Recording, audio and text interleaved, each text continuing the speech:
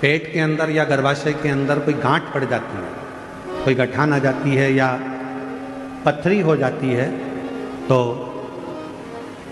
दुर्वा का जो दुर्वा बोलते दूब बोलते उधर, जो हरी हरी दुर्वा होती है, गणेश जी को चढ़ती है दुर्वा, एक दुर्वा एक बेलपत्र शिव जी के शिवलिंग पर चढ़ाकर वासुकी नाग का स्मरण कर कर सतशीर्षा माता का नाम लेकर यदि प्रातः के समय पर वो बेलपत्र और वो दुर्वा खाना प्रारंभ करा जाए तो लगभग 20 से 22 दिन लगते हैं, और गर्भाशय में कोई गठान हो, पथरी हो, तो वो धीरे धीरे गलना प्रारंभ कर देती है।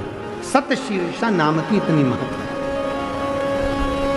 और सतशीर्षा नाम यहां भी काम आता है जब कोई नारी के, स्त्री के रजस्वला धर्म की कोई तकलीफ हो, नारी को रजो धर्म से जुड़ी हुई कोई प्रॉब्लम हो, रजो धर्म से जुड़ी हुई, रजस्वला धर्म से जुड़ी हुई 15 दिन 20 दिन तक रजो धर्म ही जा रहा हो, या रजो धर्म से जुड़ी हुई कोई प्रॉब्लम हो, या रजस्वला धर्म से जुड़ा हुआ कोई भी कारण हो, या पेट में दर्द हो, या तकलीफ हो, या कष्ट हो, तो केवल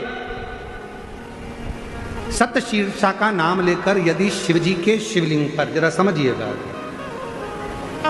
जैसे ये शिवलिंग है और शिवलिंग है, सतशीर्षा का नाम लेकर अशोक सुंदरी वाली जो जगह है, यहां से जल चढ़ाते चढ़ाते शिवलिंग के चारों तरफ 7 बार यदि जल की धार लगाई जाए और उसी का जल झेल कर नंदी के पास बैठकर सतशीर्षा का नाम लेकर अगर पिया जाए तो रजो धर्म से जुड़ी हुई जितनी भी तकलीफ हो, रजस्वला धर्म से जुड़ी हुई जितनी भी तकलीफें होती हैं, वो धीरे धीरे समाप्त होने लगती है। सतशीर्षा वासुकी नाग जी की धर्मपत्नी का नाम है सतशीर्षा। शिव की बड़ी उपासक है सतशीर्षा।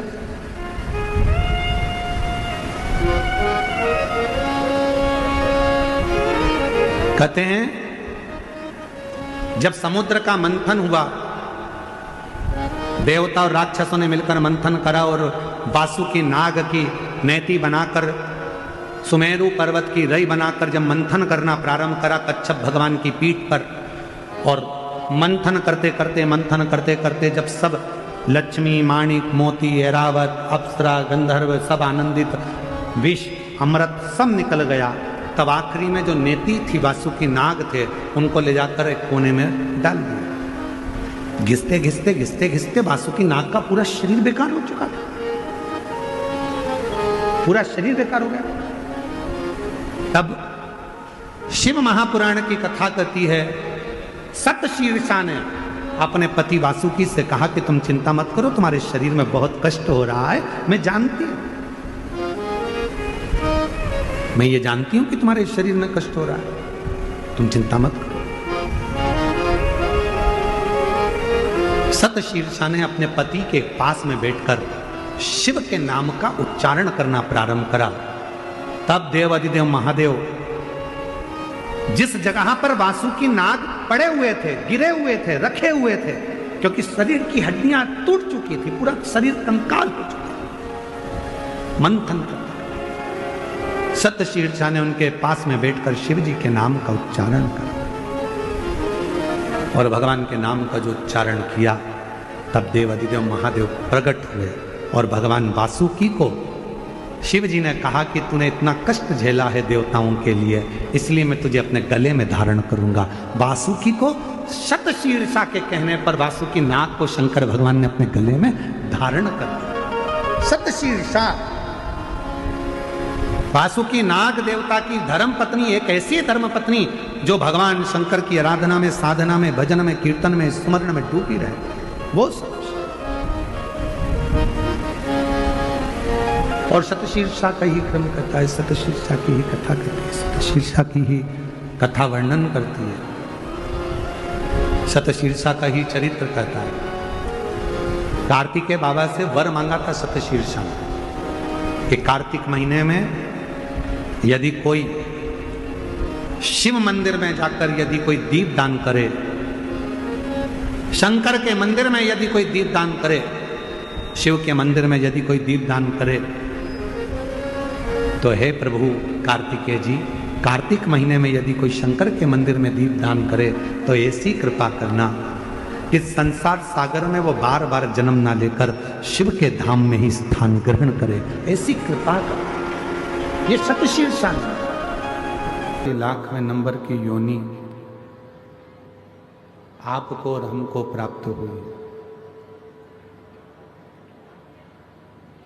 उस 84,00,000वें नंबर की जो योनि है, उस योनि को भी अगर हम व्यर्थ गवा दे, रेंद्र राधे, 84,00,000वें नंबर की योनि को भी अगर हम व्यर्थ में गवा दे तो फिर उस योनि का कोई मूल तत्व ही नहीं।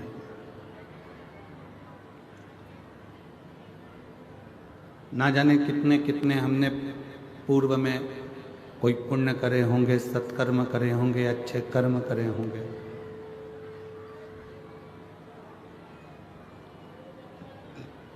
तब जाकर तो यह मानव की देह मिली। और मान लो उस मानव की देह को फिर हम गवा दे, व्यर्थ निकाल दें, फिर वापस वही जलचर, थलचर, वायुचर, ऐसे ही जीव जंतु, पशु पक्षी की योनियां प्राप्त करते रहेंगे।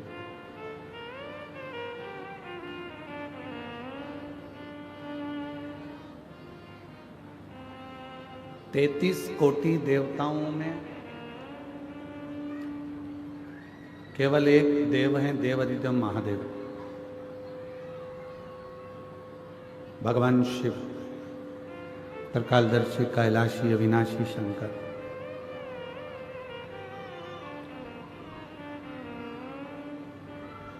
जो दुख में भी सुखी रहने की प्रेरणा देते हैं।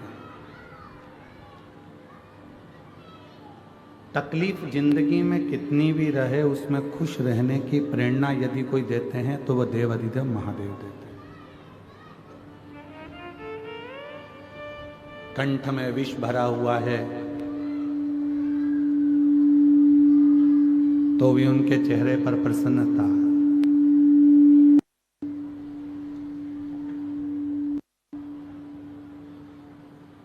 गले में सांप पड़ा हुआ है तो भी चेहरे पर प्रसन्नता।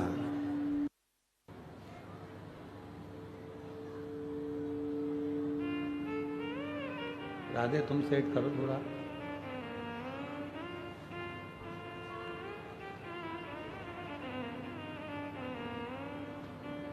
कंठ में विष है, गले में सर्प है तो भी प्रसन्नता चेहरे पर बनी हुई है। और यही प्रसन्नता आपकी जिंदगी में होना चाहिए, यही प्रसन्नता। उसका कारण क्या? ये प्रसन्नता आपके जीवन को श्रेष्ठ बनाए। कोई आपको कितने भी नंबर दे कि हमारी निगाह में आप ऐसे हो, हमारी निगाह में आप वैसे हो, आप ऐसे हो, आप वैसे हो, उससे कोई मायना नहीं रखता। कोई आपको चोर कह दे, कोई आपको साहूकार कह दे, वो भी मायना नहीं रखता। कोई आपको ताना दे दे, गाली दे दे, आड़ा टेढ़ा बोल दे, वो भी मायना नहीं रखता। मायना क्या रखता है कि आप अपनी निगाह में अपने आप को क्या समझते हैं।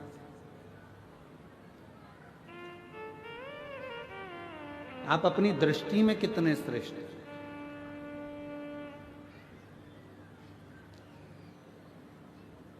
अच्छाई अपनी कंपनी का माल है, सत्यता अपनी फैक्ट्री का माल है। यदि आपके दृष्टि में आप सत्य हो, आपकी दृष्टि में यदि आप अच्छे हो, तो दुनिया में कोई भी मिलेगा ना, वो आपको सत्य ही नजर आएगा और अच्छा ही नजर आएगा, उसमें आपको कोई बुरा दिखेगा ही।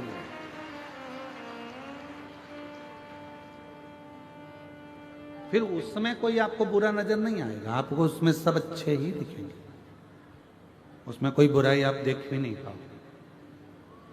बुरा जो देखन में चला और बुरा न मिलिया कोई। फिर संसार में बुरा कौन है?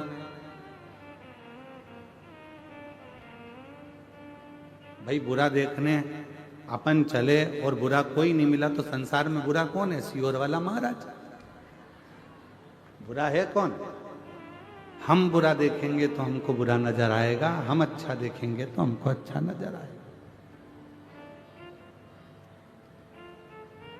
हमने एक बात कच्चे की कथा में, जितेंद्र जी जायसवाल जी बैठे हैं, हमने कच्चे की कथा में एक बात कही थी आप लोगों को, आपके स्मरण में होगा। जितेंद्र जी, हमने वहां कहा था कि मोबाइल पर किसी की बुराई करना प्रारंभ कर दो तो ढेर सारे कमेंट्स आना प्रारंभ हो जाते हैं और ढेर सारे लोग कमेंट्स बुराइयों के करना चालू कर देते हैं। फिर हमने कच्चे की कथा में कहा था कि किसी की अच्छाई करना प्रारंभ कर दो, बड़ाई करना प्रारंभ कर दो तो मैसेज बहुत कम आएंगे, कमेंट्स बहुत कम आएंगे। ये दुनिया की रीति है बेटी, ये दुनिया की रीत है। अच्छा संसार का व्यक्ति पचा नहीं पाता, इसलिए उसका एक काम रहता है कि कोई एक निंदा कर दे, उस निंदा पर हमें कमेंट्स करना है, उस निंदा को और आगे बढ़ाना है, उस निंदा को लेकर हमें चार चांद लगाना है, निंदा कर कर कर, निंदा कर कर कर।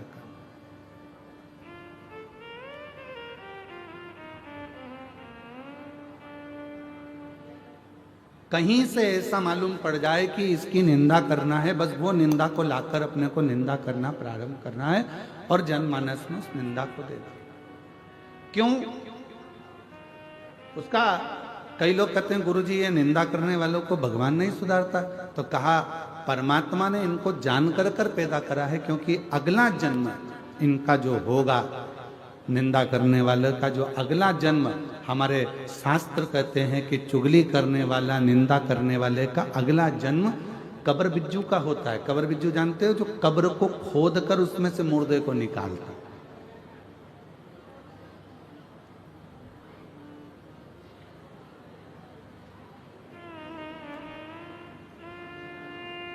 कोई श्रेष्ठ कर्म करा जाए। कभी अपनी जिंदगी में किसी की अच्छी बड़ाई करना प्रारंभ करो, कभी अपनी जिंदगी में आपकी दृष्टि में यदि अच्छाई होगी, आपको सब अच्छे नजर आएंगे, और आपकी दृष्टि में अगर बुराई भरी होगी तो पूरी जिंदगी आप बुराइयां ही ढूंढते रह जाओगे।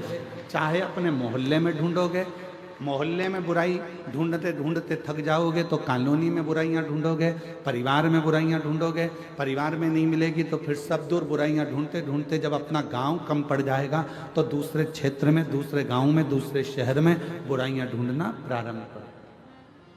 पर अच्छाई आपके पास में ग्रहण नहीं करता। महाराज,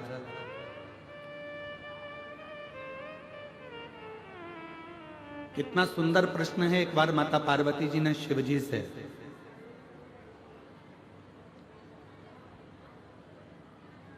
मां गंगा के घाट पर एक प्रश्न किया।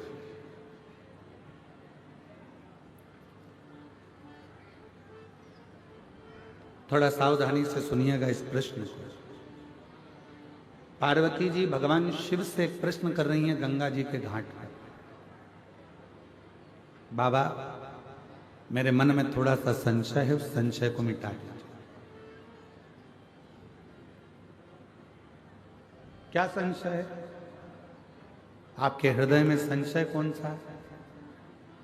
क्या संशय अड़ गया आपके हृदय में जो आपको बेचैनी हो रही है, चैन नहीं मिल रहा, शांति नहीं मिल रहा? क्या संशय? तो कहा बाबा, मेरे मन में एक संशय है, अगर किसी भक्त को आपसे मिलना हो तो किस जगह पर जाकर वो मिल सकता? कौन सी जगह ऐसी है जहां भक्त भगवान से मिल जाए, जहां भक्त भगवान से मिले? वो स्थान बताइए।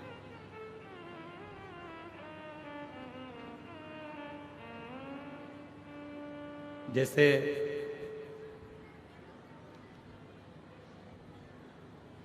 अपन कहते हैं ना कि अगर आपसे मिलना हो तो आपका पर्सनल नंबर कौन सा है?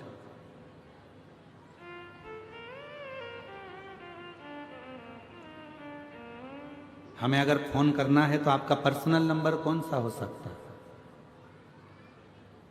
तिवारी जी, विजय प्रसाद तिवारी जी, आपका पर्सनल नंबर कौन सा है? नंबर ही नहीं है। तो जो साथ रहते हैं उनका तो होगा। शंभू बड़े सरल है, बड़े साथ। तो कहते हैं किसी से अगर मिलना हो तो उसका पर्सनल नंबर पूछा जाता है कि आपका पर्सनल नंबर कौन सा है। अगर हमें बात करना हो, बहुत जरूरी बात हो, तो आपका नंबर मिल सकता है, प्राप्त हो सकता है। ये बॉटल बांटने वाले भैयाओं से मेरा एक निवेदन है कि पीछे जो लोग धूप में बैठे हैं, मेरी जीजियों, आप लोग तो पानी की बोतल साथ लाए हो ना, बोलो तो जम के। तो जो पीछे धूप में बैठे हैं उनसे निवेदन है कि यहाँ बाटल ना देकर जो वनवासी आदिवासी क्षेत्र के मेरे बहन भाई धूप में बैठे हुए हैं, आप उनको बाटल दीजिए पानी की और उनको प्रदान करें।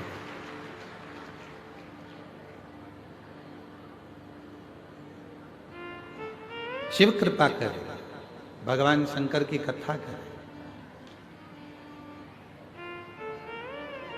तो पार्वती जी ने शिव जी से पूछा कि कोई भक्त आपसे मिलना चाहता है और उसको मिलना है तो आप हमेशा किस जगह मिल सकते हैं, किस स्थान पर मिल सकते हैं?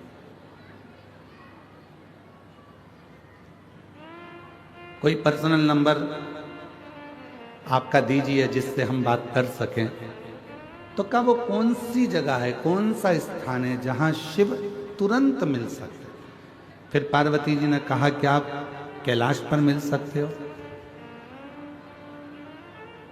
तो भगवान शंकर ने कहा कैलाश पर मिल तो जाऊंगा, मना नहीं है मिलने के लिए, पर बात इतनी सी है, जिसके पास में पैसा होगा खर्चा कर कर, जिसका शरीर सही चल रहा होगा मेहनत कर कर, तो कैलाश तक पहुंच जाएगा। पर जो बेचारा गरीबड़ा है, साधारण है, उसके पास पैसा भी नहीं है, जाने आने का साधन भी नहीं है, वो कैलाश पर कैसे पहुंचे? वो कैलाश पर्वत तक कैसे पहुंचे? तो पार्वती जी ने कहा फिर आप क्या केदार पर मिल जाओगे? शिव जी ने कहा मैं केदारनाथ में भी मिल जाऊंगा, पर दिक्कत इतनी सी है कि वहां पर आने के लिए भी शरीर पूरा अच्छा चाहिए और थोड़ा सा धन चाहिए, तो वहां भी मैं मिल जाऊंगा। पर गरीब कैसे पहुंचे?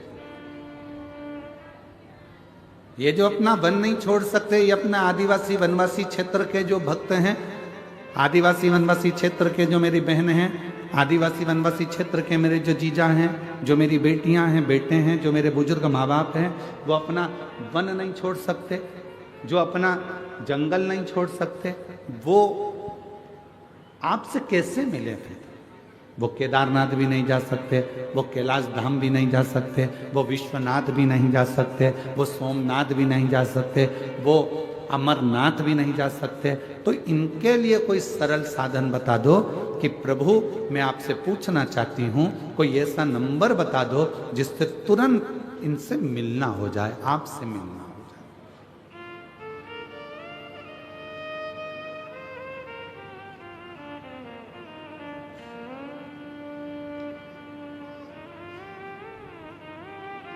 कोई ऐसा नंबर महाराज?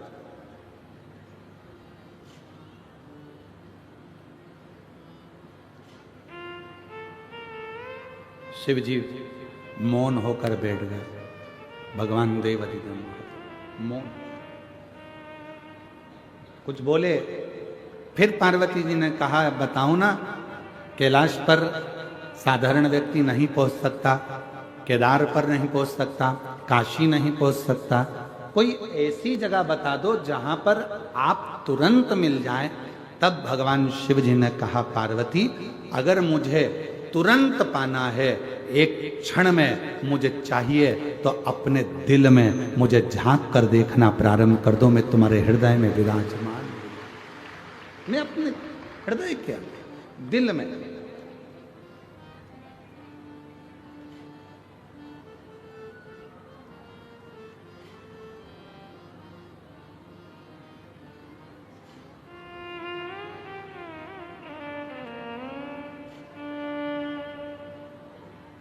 बस वही।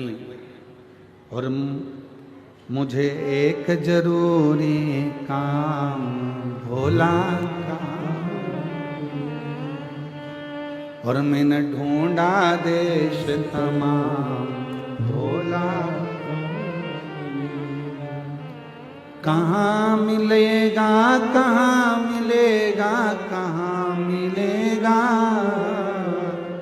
कहाँ मिलेंगे कहाँ मिलेंगे कहाँ मिलेंगे, मुझे एक जरूरी काम भोला,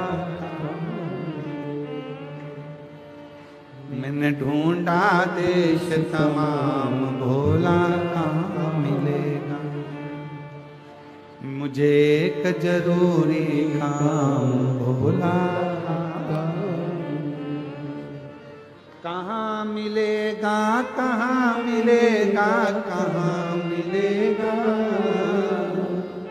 कहाँ मिलेगा कहाँ मिलेगा कहाँ मिलेगा, मैंने ढूंढा देश तमाम भोला कहाँ मिलेगा, ओ मैंने ढूंढा देश तमाम भोला।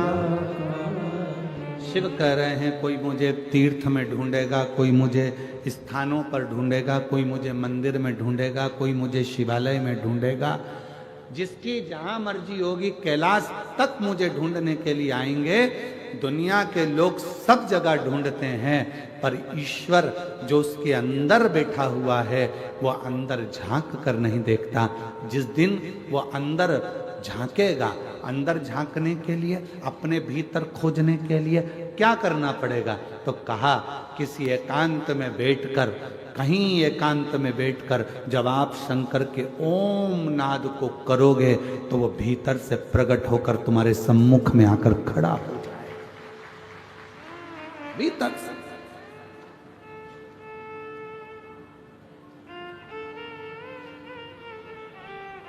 आज हम शिवानंद आश्रम गए थे, गिदम का, जो कि गुमरगुंडा में है, और साथ में इधर है शिवानंद आश्रम, थोड़ा आगे जाके इधर है शिव जी का एक प्राचीन मंदिर जो रातों रात बना, वहां भी गए। क्या पता कौन सा पुण्य बस्तर वालों ने करा है, ये समझ में नहीं आ रहा। अब तो हमको भी जलन होने लगी है तुमसे।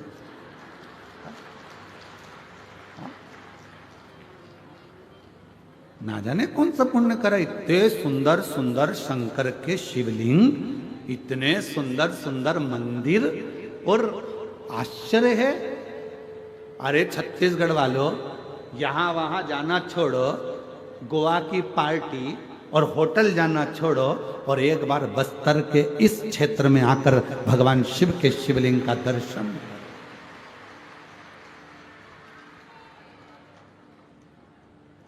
शिवलिंग का दर्शन।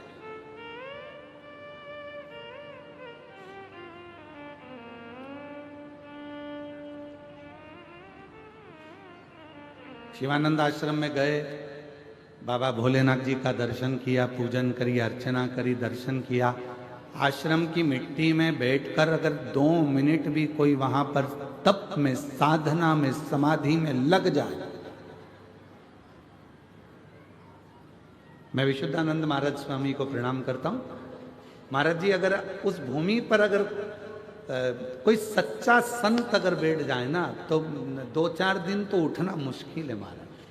2-4 दिन तक उठ नहीं सकता, ये पक्का। दिल लूट लिया वो भूमि ने, जहां पर संत इतनी साधना, संत साधना। और अगर महाराज जी सरकार अगर परमिशन देगी, कभी योग लग गया तो शिवानंद आश्रम के अंदर ही रहकर बिना पंडाल के केवल माइक लगाकर जो भी आदिवासी वनवासी होंगे उनको कथा सुनाने का प्रयास करूंगा। वहां पंडाल नहीं लगाऊंगा, बिना पंडाल के जहां जिसको जगह मिल जाए वो वहां बैठ जाना और अपनी कथा का रस तत्व ग्रहण करना। कभी अगर प्रशासन अनुमति देगा तब, बाबा की कृपा। क्योंकि खर्चा काय में होता है, पंडाल में हो जाता है, तो ये खत्म, टेंशन ही मिटा दे। तो बैठो खुले में, और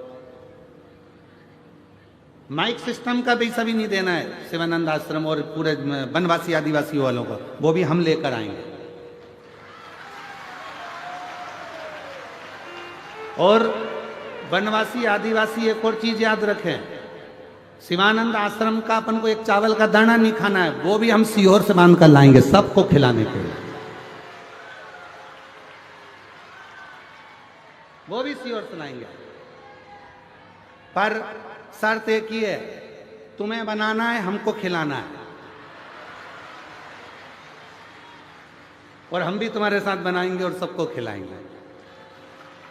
तो आनंद है शिवानंद आश्रम का, पक्का? अरे बोलो तो जम के, पक्का? बस तो फिर कहाँ है तिवारी जी, कहाँ गए? जरा ढूंढने तो, हटो जरा, हटो। तिवारी जी कहाँ है? हाँ जरा खड़े हो जाओ। तुम्हारे बेटे कहाँ गए? वो दिख नहीं रहे। और तुम्हारी समिति के सदस्य कहाँ है? जरा 4-5 कहाँ है समिति के सदस्य? 4-5-6, हाँ सब खड़े हो जरा। कहाँ है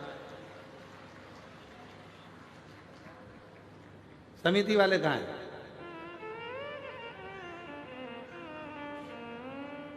धीरे धीरे मत बोलो तिवारी जी, जरा अच्छे से बोलो। पक्का है कि नहीं है? पक्का है ना? हाँ, तुमसे कुछ नहीं चाहिए, सब भोलेनाथ करेंगे शिवानंद आश्रम में, बाबा बैठा है करने वाला। बस तो फिर प्रयास करेंगे शीघ्र जब भी कोई साल 1.5 साल के अंदर, 1.5 साल के अंदर कोई भी ऐसा योग बन गया और परमिशन अगर मिल गई प्रशासन ने कि हाँ उस जंगल क्षेत्र में, उस आश्रम के अंदर आप कथा। कहाँ है विधायक जी? कहाँ है? ओ हो जोरदार ताली बजाओ जरा, यहीं पे जोरदार ताली बजाओ। हाँ जय हो जय हो जय हो। फिर तो हो गई कथा, पक्का है।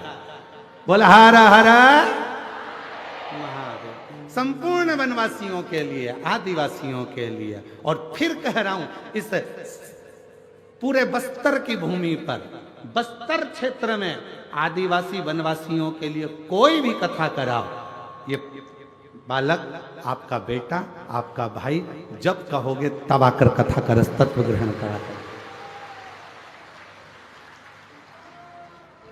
जब बोलो। और जरूरी नहीं कि बहुत बड़ी व्यासपीठ लगाओगे तो कथा करेंगे, पत्थर रख देना और उस पत्थर पर एक आसन बिछाना और हमारी ये कुबरेश्वर धाम की पोथी रखा जाए और सब कथा सुन ले। इससे बढ़कर कोई सुख नहीं, इससे बढ़कर सुख नहीं। शिव कथा है महाराज विराट। साधुवाद आप लोगों को बहुत बहुत धन्यवाद, बहुत बहुत साधु। और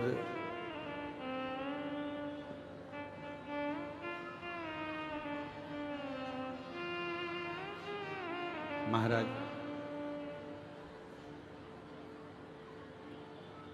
भगवान देव अधिदेव महादेव से मिलने का एक सुख, यही शिव तत्व है, मिलने का सुख। बाबा देव अधिदेव महादेव से कितना सुंदर, आप जाकर दर्शन करिए। पूरे क्षेत्र में, पूरे बस्तर क्षेत्र में, दंतेवाड़ा के आसपास का जितना क्षेत्र है, पूरे क्षेत्र में घूमकर देखिए, हर मिट्टी के अंदर से, खेत के अंदर से शंकर का शिवलिंग प्रकट होता रहता है, हर मिट्टी में से। हर महाराज, ये मेरे देव अधिदेव महादेव, मेरे भगवान शंकर की उदारता, शिव की कृपा।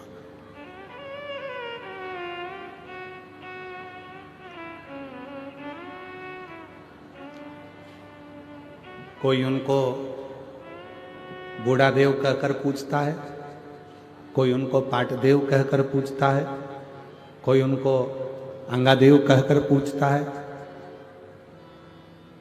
जिसकी जो मर्जी होती है।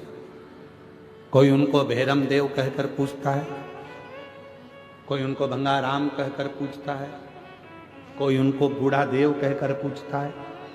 जिसकी जो मर्जी हो, भगवान देवाधिदेव महादेव को वो उस रूप में पूछता है, उस रूप। बस आपका विश्वास, आपकी दृढ़ता और आपकी भक्ति शिव के करीब में जाए, ये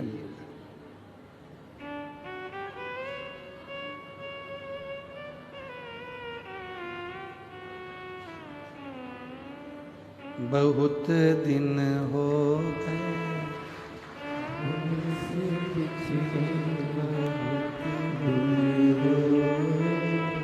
भोले से बिछड़े महादेव से बिछड़े, भोले से बिछड़े महादेव से बिछड़े। और वास्तवता है, बिल्कुल सत्य है। ये भजन यहीं पर बना, यहीं पर गाया पहली बार। और इस जगह पर भजन इसलिए बना क्योंकि यहाँ शिवजी इतने समय से विराजमान थे। बहुत दिन हो गए भोले से बिछड़े, बहुत दिन हो गए भोले से बिछड़े। मेरे भोले बाबा को सांप ही भावे, मेरे भोले बाबा को सांप ही भावे, मेरे भोले बाबा को सांप ही भावे, मेरे भोले बोलो बोलो बोलो सांप ही भावे। बहुत दिन हो गए सांप को देखे, बहुत दिन हो गए सांप को देखे, बहुत दिन हो गए सांप को देखे, बहुत दिन हो गए सांप को देखे, बहुत दिन हो गए भोले से बिछड़े, बहुत दिन हो गए भोले से बिछड़े। भोले जी से बिछड़े महादेव से बिछड़े, भोले जी से बिछड़े महादेव से बिछड़े, ओ भोले जी से बिछड़े महादेव से बिछड़े, भोले से बिछड़े महादेव से बिछड़े। बहुत दिन हो गए भोले से बिछड़े, बहुत दिन हो गए भोले से बिछड़े, बहुत दिन हो गए भोले से बिछड़े।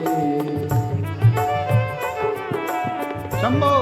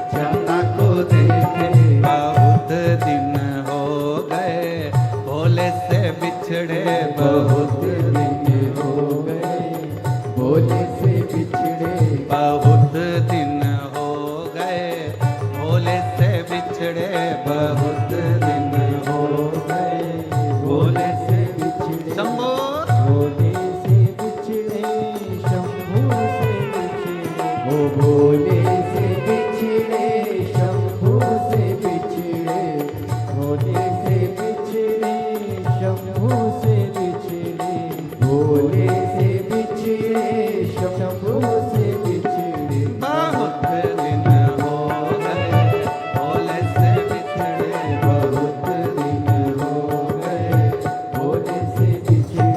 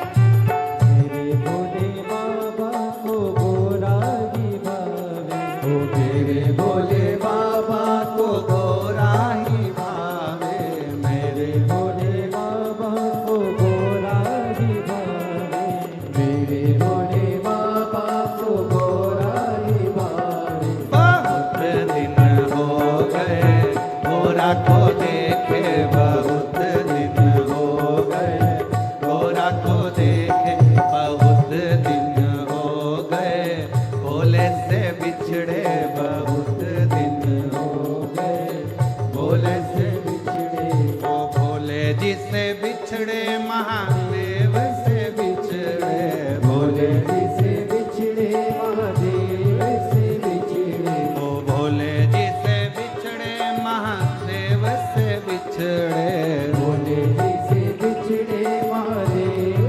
से बिछड़े बहुत दिन हो गए भोले से बिछड़े बहुत दिन हो गए भोले से बिछड़े ओ मेरे भोले बाबा को गंगा ही भावे मेरे भोले बाबा को गंगा ही भावे ओ मेरे भोले बाबा को गंगा ही भावे मेरे भोले बाबा को गंगा ही भावे बहुत दिन हो गए गंगा को देखे बहुत दिन हो गए गंगा को देखे बहुत दिन हो गए भोले से बिछड़े बहुत दिन हो गए भोले से बिछड़े ओ भोले जी से बिछड़े महादेव से बिछड़े भोले जी से बिछड़े महादेव से बिछड़े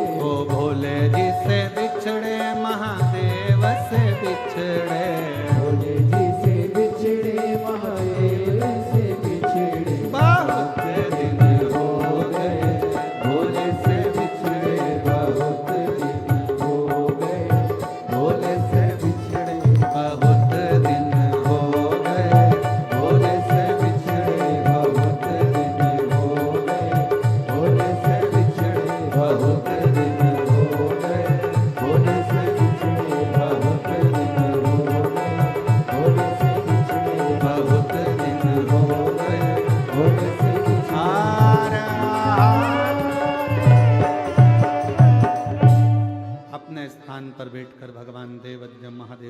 प्रार्थना करिए, विनय करिए। आज मौका मिला है, कथा का छठा दिवस है। आज कथा की शिवरात्रि है। कल कथा सुबह 8 बजे से 11 बजे तक होगी और टीवी पर आस्था चैनल पर वही 2 बजे से 5 बजे तक आएगी। फिर कथा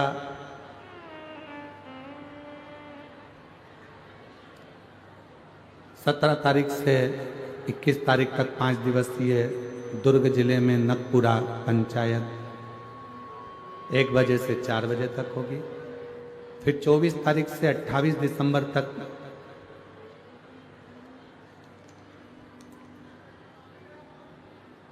पोद्दार स्कूल के पास JP infra complex Hatkesh Mira road east Mumbai में रहेगी 5 दिन की, 24 से 28 दिसंबर।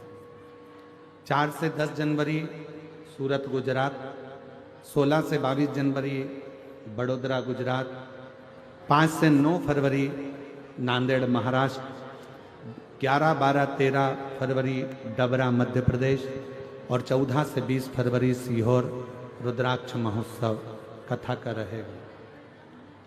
बड़े भाव से आप और हम भगवान देवाधिदेव महादेव से प्रार्थना करें, अपने अपने मन की भाव। आज कथा का छठा दिवस है। दिल से बाबा को प्रार्थना करिए, मन का भाव कहिए, बाबा को विनय करिए, साथ में बोलिएगा, प्रार्थना करिएगा।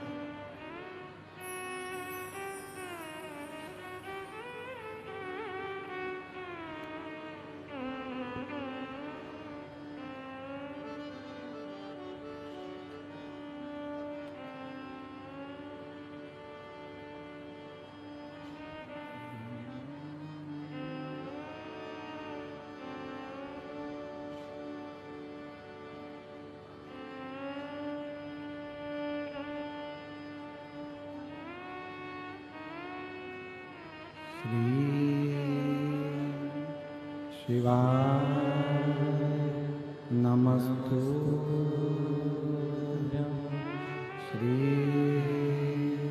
शिवाय नमस्तुभ्यं, श्री शिवाय नमस्तुभ्यं,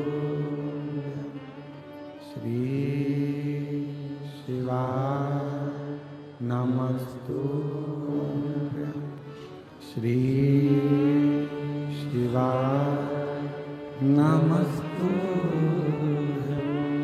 भोला सब दुख काटो हमारा, ओ भोला सब दुख काटो हमारा। शिव शंकर जपो तेरी माला, भोले बाबा जपो तेरी माला। भोला सब दुख काटो हमारा, ओ भोला सब दुख काटो हमारा। वेश मंगलकारी, वेश है मंगलकारी। शमशान वासी हमारा, शमशान वासी हमारा। ओ भोला सब दुख काटो हमारा, ओ भोला सब दुख काटो हमारा।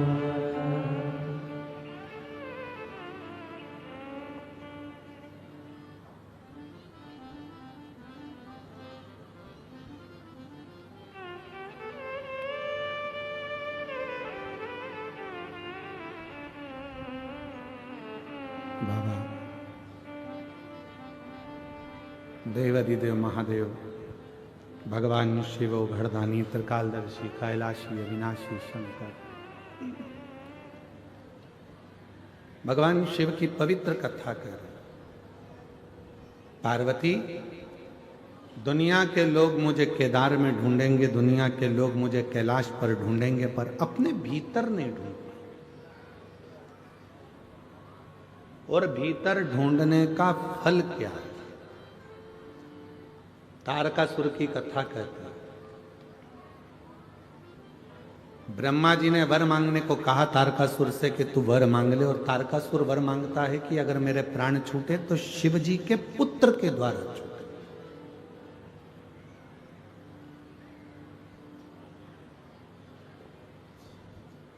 मांगा क्या कि भगवान शंकर के बेटे के द्वारा मेरे प्राण छूटे। और शिव जी तो समाधि में लीन थे।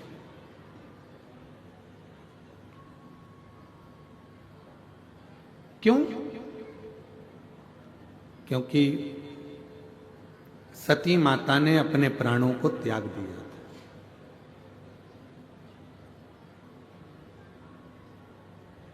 और जब तक शिव जी की शादी नहीं होगी, विवाह नहीं होगा, तब तक उनका बेटा भी नहीं होगा। और तारकासुर शंकर भगवान का इतना बड़ा उपासक था, शिव की इतनी भक्ति करता था तारकासुर कि शिव जी को अकेले नहीं देखना पसंद था। वो सोचता था माँ इनके साथ में रहे, या तो माता सती इनके साथ रहे, या इनकी अर्धांगिनी इनके साथ में रहे तो मुझे। पर अब सती मैया तो जलकर भस्म हो गई।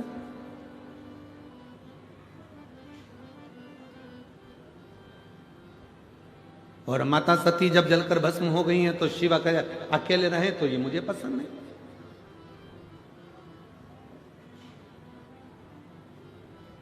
भगवान को अकेले कैसे रहे? तारकासुर ने ब्रह्मा जी से वर मांग लिया। और हुआ, मां जगत जननी पार्वती जी के साथ भगवान देव अधिदेव महादेव का मंगल विवाह पक्का हुआ। शिव जी के साथ में मां जगत जननी पार्वती जी का विवाह हो गया जब भगवान शंकर के तेज पुंज को ले जाकर अग्निदेव ने स्वयं गंगा जी के जल में दिया, और गंगा जी की जल से 6 पुत्र ने जन्म लिया। कृतिकाओं ने वो 6 पुत्रों को एक कर दिया, तो धड़ तो एक हो गया शरीर, पर मुख 6 हो गए। कृतिकाओं ने उसका सुंदर स्वरूप देखा तो उस बालक का नाम कार्तिकेय रख दिया। और जब कार्तिकेय तारकासुर का संहार करने के लिए गए तो मां जगत जननी पार्वती जी देख रही थी।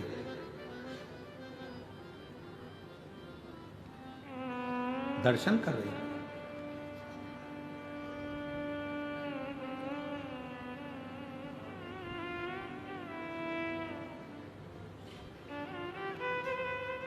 रोका कार्तिकेय को, रुको जरा कार्तिकेय। षडानंद कार्तिकेय ने कहा माँ क्या बात है, मुझे क्यों रोक रही हो, क्या बात है, क्या हुआ? कार्तिकेय जी को माँ ने रोककर कहा सुनो कार्तिकेय, ये जो सामने तारकासुर तुम्हारे खड़ा है, जिसका तुम संहार करने के लिए जा रहे हो, जिसको तुम मारने के लिए जा रहे हो, ये तारकासुर कोई साधारण नहीं है। इसके हृदय में शिव ऐसा बसा हुआ है, इनके हृदय में शंकर ऐसे बसे हुए हैं कि इसके एक एक रोमावली में शिव समाये हुए हैं। इसलिए इस तारकासुर का संहार करने से पहले तुम्हें शिव की आज्ञा लेना होगा। बिना शिव की आज्ञा के आप नहीं संहार कर सकते।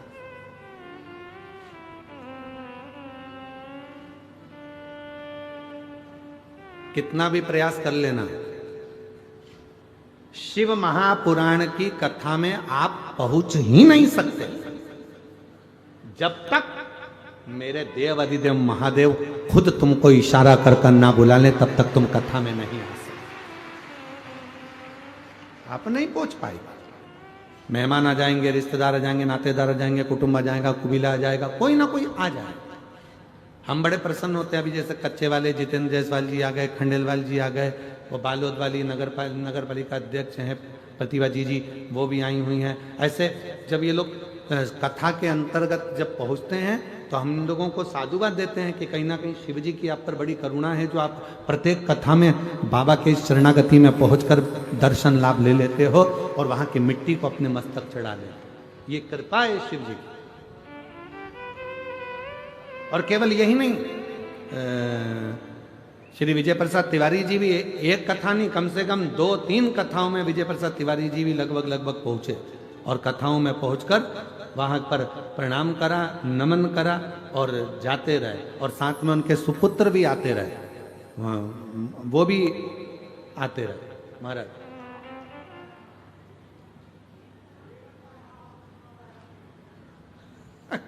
बाबा कराएगा, शिव जी की कृपा होगी, शंभु ये भी आते रहे। तो जब तक उसकी कृपा ना हो, जब तक वो करुणा ना करे, जब तक वो दया ना करे, तब तक दुनिया का कोई व्यक्ति शिव महापुराण की कथा में पहुंच ही नहीं सकता। सभी कथाओं में जाना सरल है। श्रीमद् भागवत कथा में पहुंच जाओगे, श्री रामचरितमानस में पहुंच जाओगे, गीता जी में पहुंच जाओगे, विष्णु पुराण में पहुंच जाओगे, नर्मदा पुराण में पहुंच जाओगे, अग्नि पुराण में पहुंच जाओगे, लिंग पुराण में पहुंच जाओगे, नारद पुराण में पहुंच जाओगे, भविष्य पुराण में पहुंच जाओगे, नरसिंह पुराण में पहुंच जाओगे, नारद पुराण आदि कादिक पद्म पुराण, जितनी पुराणे हैं सारी पुराण में जाना सरल है और शिव महापुराण में जाना कठिन है। क्यों?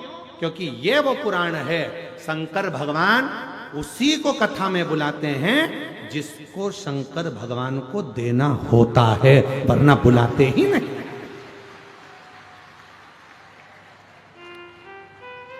जैसे तुम्हारे मोहल्ले में शादी का कार्ड हर किसी को नहीं दिया जाता, शादी का कार्ड उसी को दिया जाता है जिससे तुम्हारी रिश्तेदारी अच्छी हो, संबंध अच्छे हो, प्रेम अच्छा हो। पड़ोसन भले पास में रह रही है और अगर पड़ोस में प्रेम नहीं है तो कोई तुम्हें शादी में नहीं बुलाएगा। भले तुम्हारी सगी बहन है और प्रेम नहीं है, नहीं बुलाएंगे। कई कई भाइयों में प्रेम नहीं रहता, एक दूसरे को नहीं बुलाते, प्रेम होगा तो बुलाएंगे और उसी को बुलाया जाता है। जितनी बहन बेटियों को शादी में बुलाया जाता है उतनी बहन बेटियों को साड़ी देकर विदा, बोलो बोलो सही है कि साड़ी देके विदा करा जाता है। तो हम क्या बोलते हैं? मेरी जीजियों, मेरे जीजाओं, अर्थात इस कथा के मंडप में जितनी बेटियां आती हैं सब मेरे शंकर भगवान की बेटियां हैं। जब जाती हैं तो कुछ ना कुछ देकर भोले बाबा विदा करते हैं।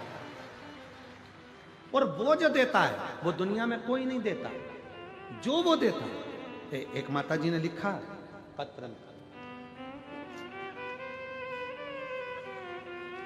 मेरा नाम जयमनी ठाकुर, पति कतुम सिंह ठाकुर, जिला बस्तर के रहने वाले। कहीं बैठी हो ठाकुर? अगर बैठे हो तो हाथ हिलाइएगा। अगर कहीं बैठे हो, मेरा नाम जयमनी ठाकुर, पति कतु सिंह ठाकुर। कहीं बैठे हो?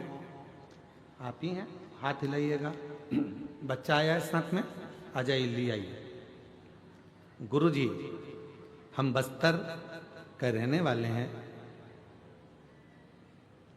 शिव महापुराण की कथा का वर्णन करना चाहती हूं जो पंडाल में बैठकर पाया मैंने। मेरा 19 साल का बेटा किसी कारणवश मर गया, उसका निधन हो गया। मेरा 19 साल का बेटा मर गया और 19 साल का बेटा मरने के बाद बहुत टूट गई। एक ही बेटा था, उसी का आसरा था, चले गया गुरुदेव। शिव महापुराण की कथा में जैसे तैसे दिल लगाया। मेरी उम्र हो गई 44 साल की और 44 साल की उम्र में मैंने भगवान भोलेनाथ की प्रार्थना करी तो बाबा ने मुझको एक बेटा दे दिया। एक बेटा दे दिया। पूरी बात तो सुनो, ताली बजाने बैठ गए। काय ताली बजा रहे? पहले बोलो, सुनो। 44 साल की उम्र में बाबा ने मुझको एक पुत्र दे दिया। वो बेटा 1.5 साल का हुआ, गिर गया, मर गया। 19 साल का बेटा गया, 44 साल की उम्र हुई, बेटा 1.5 साल का हुआ, मर गया। इतनी टूट गई, भोले बाबा आपने मुझे बेटा तो दिया, फिर वापिस ले लिया। बाबा कृपा करो। डॉक्टर को क्या बोलूं मैं। फिर किसी ने कहा एक बार फिर बाबा की कथा सुन। पंडाल में बैठकर यदि वहां की मिट्टी को लगाएगी ना, गर्भ जरूर ठहरेगा। डॉक्टर ने तो कह दिया था कि अब तुम 50 के करीब में पहुंच चुकी हो, औलाद नहीं होगा। उम्र 46 पार हो गई, 47 हो गई, 48 हो गई, 50 के लगभग में पहुंच गई, औलाद होने के चांस खत्म हो गए, बच्चा नहीं होगा। फिर मैंने कथा में सुना कि पंडाल में जाकर अगर मांगोगे, बैठ गई, कथा सुन ली, तो बाबा देगा जरूर। और बाबा ने ऐसी कृपा कर दी गुरुदेव, मैं बाबा की कथा सुनने के लिए पंडाल में बैठ गई और पंडाल की मिट्टी को लगा कर गई। आज बाबा की कृपा से 50 के करीब में मेरी उम्र है और मेरे बाबा ने फिर मेरी झोली भर दी और मुझे पुत्र दे दिया। फिर पुत्र दे दिया। तुम उसकी बेटी हो। ये व्यासपीठ आपको जीजी कहती है, आपको जीजा कहती है, आपको बेटी कहती है, आपको बेटा कहती है, आपको माता पिता कहती है। ये व्यासपीठ, शायद दुनिया में एक व्यासपीठ ऐसी है शिव महापुराण कुबेरेश्वर धाम की जो आपसे संबंध जोड़ती है, और वो संबंध होता है बेटी और बाप का, वो संबंध होता है एक बहन और भाई का। ये संबंध की पीठ है।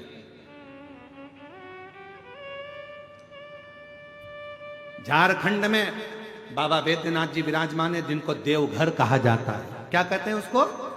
देवघर। वहां देवघर कहलाता है, पर सीहोर का कुबेरेश्वर धाम देवघर नहीं, बाबा घर कहलाता है। वहां हमारे बाप का घर है, वहां बाबा घर है, हमारे पिता का घर है। वो मायका